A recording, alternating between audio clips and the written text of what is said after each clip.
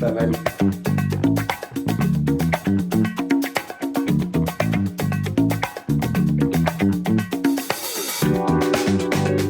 Alors, je suis Yohan Lopez, fondateur de Snowball, ancien directeur marketing de Comet et ancien marketing digital chez WeThings.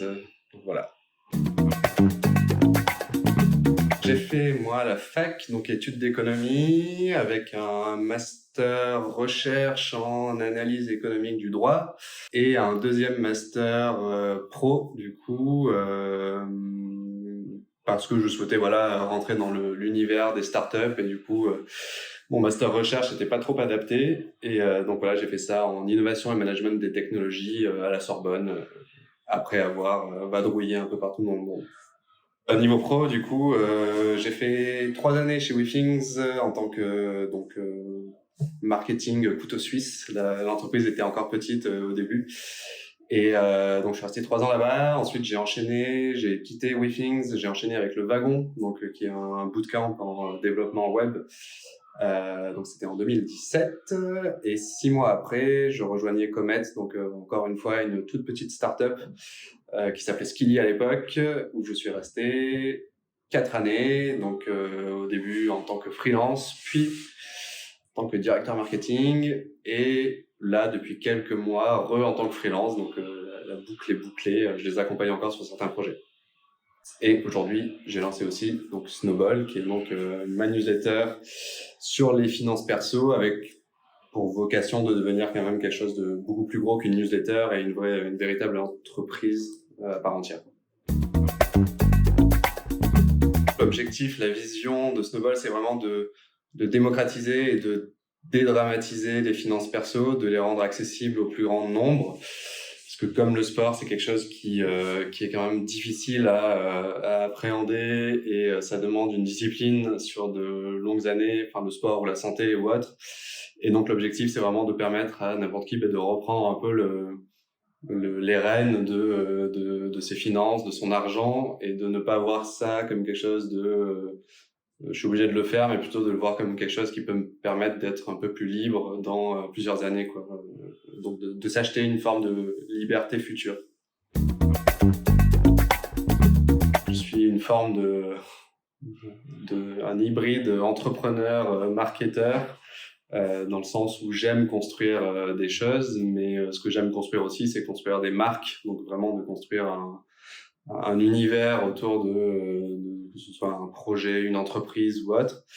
Donc voilà, mais aujourd'hui, en tant que fondateur de Snowball, mon métier, c'est vraiment de poser les bases de l'entreprise et donc de poser les bases aussi de cette marque que je suis en train de créer, de cet univers. Sentir au travers des retours des utilisateurs, des personnes avec qui j'interagis liées à Snowball, de sentir que ce que je suis en train de construire est quelque chose d'utile.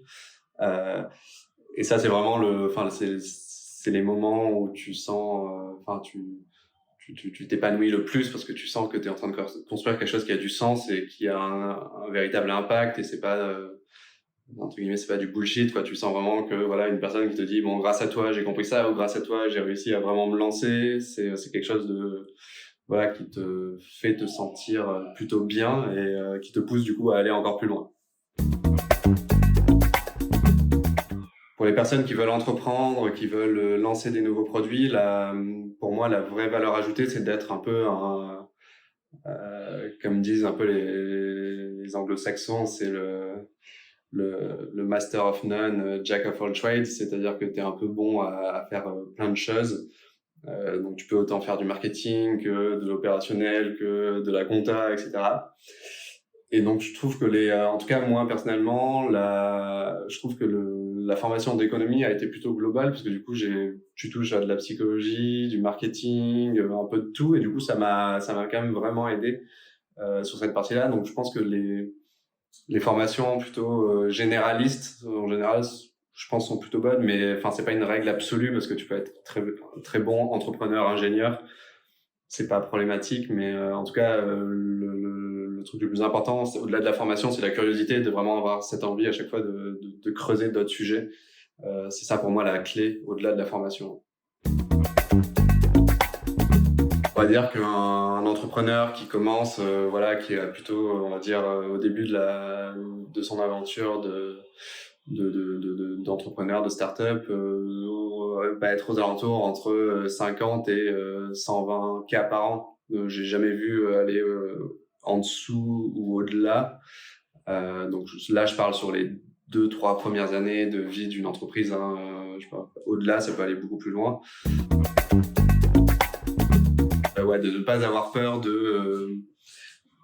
du ridicule, en gros, parce que souvent, on dit, en plus, les Français, on est très bons à ça, de vouloir toujours attendre un peu la perfection, dire non, mais j'attends, dans 6 mois, mon projet, il sera vraiment au top, et j'aurai peaufiné ça, et j'aurai poli cette toute petite pièce là que personne va voir, mais c'est super important, et du coup, ça nous fait procrastiner.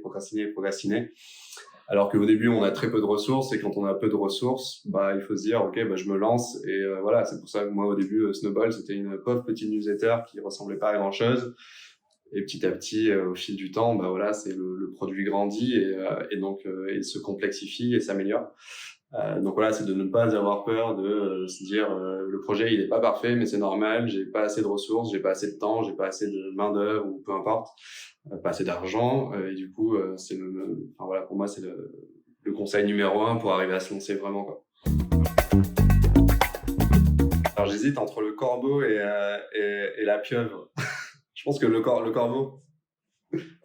Oula, le corbeau, je sais pas, ça fait un sale bruit, ça fait il croisse. Je suis très bon en animal, comme les blagues. Achète des bitcoins. J'aimerais bien faire un truc pour aider les enfants à trouver un peu leur voie assez jeunes, et du coup j'ai créé cette petite asso qui s'appelle les Flocons. Et du coup j'aimerais bien faire des petits ateliers comme ça pour non seulement éduquer les parents, voilà, leur dire il y a pas que ingénieur qui peut fonctionner, il y a aussi autre chose, mais aussi aider les enfants à se dire ok, c'est cette voie qui pourrait m'intéresser, je vais essayer d'aller creuser là-dedans, et qu'est-ce que je pourrais faire plus tard. Donc voilà, vu qu'il n'y avait pas d'asso qui existait, ou pas à ma connaissance, je me suis dit autant le faire moi-même, quoi. Et du coup, j'ai ce nouveau projet en 2021. Je l'utilise assez souvent, ce mot, mais je sais même pas si c'est le bon mot en français, mais sérendipité, ouais, ça doit être si c'est ça, sérendipité. J'aime bien ce mot parce que il résume assez bien, faire le côté philosophe, mais il résume assez bien la vie. C'est que voilà, tu tombes souvent par hasard sur des opportunités, des trucs qui font que voilà, paf, tu prends un autre chemin. C'est un peu comme un jeu vidéo où tu choisis A ou B, et du coup, paf, il t'arrive un truc, A ou B, B, tiens, j'arrive. Et du coup, ce côté sérendipité, de tomber sur des choses un peu par hasard, j'aime beaucoup ce mot, et je l'utilise assez souvent depuis que je l'ai appris en première année de fac, je crois. Donc quelques années.